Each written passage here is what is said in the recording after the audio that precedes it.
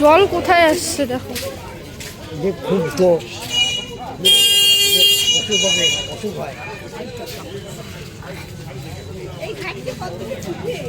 এই ঘাট খুলবে না।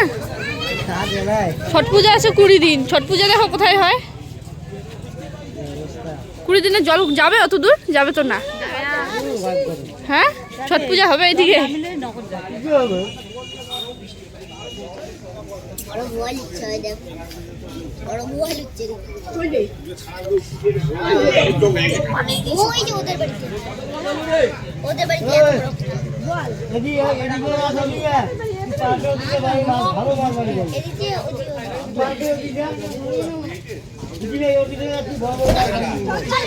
বাবা সুখ